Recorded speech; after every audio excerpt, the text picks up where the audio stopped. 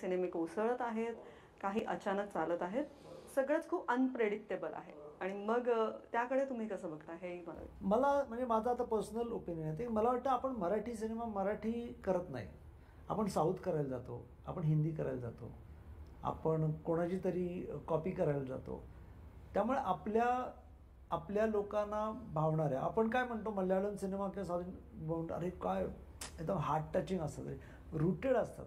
Rooted story सांगितल्या की त्या इथे घुसतातच आणि मग त्या लोकांना बघाव्याशा वाटतात. त्यामुळे मला असं वाटतं की करावं म्हणजे त्याला ग्लॅमराईज करावं, नक्की करावं की स्टोरीचा जीव काय ओळखला पाहिजे की ही काय पेडेस्ट्रियल मला फिल्म ठेवायची आहे.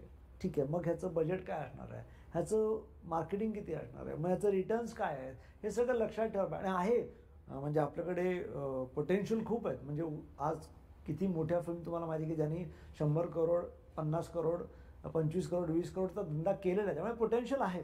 आणि मागच्या वर्षीच आपल्याकडे ज्या 2 फिल्म आल्या ज्याने 70 करोड आणि 20 करोडचा धंदा केलेला आहे. पोटेन्शियल आहे ना, लोक यायला तयार आहेत. असं नाही की ऑडियन्स नाही, ऑडियन्स आहे.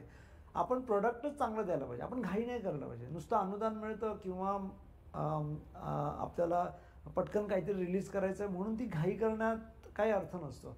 त्याला तेवढा वेळ द्यावा लागतो. आणि ऑल्सो मी समजू शकतो की मराठीमध्ये काय सॅलरीज असतात, किती फीज मिळते. त्यामुळे तू वर्षाला एक फिल्म नाही करू शकत, तुम्हाला 2 कराव्या लागतात, मग ती घाई होते.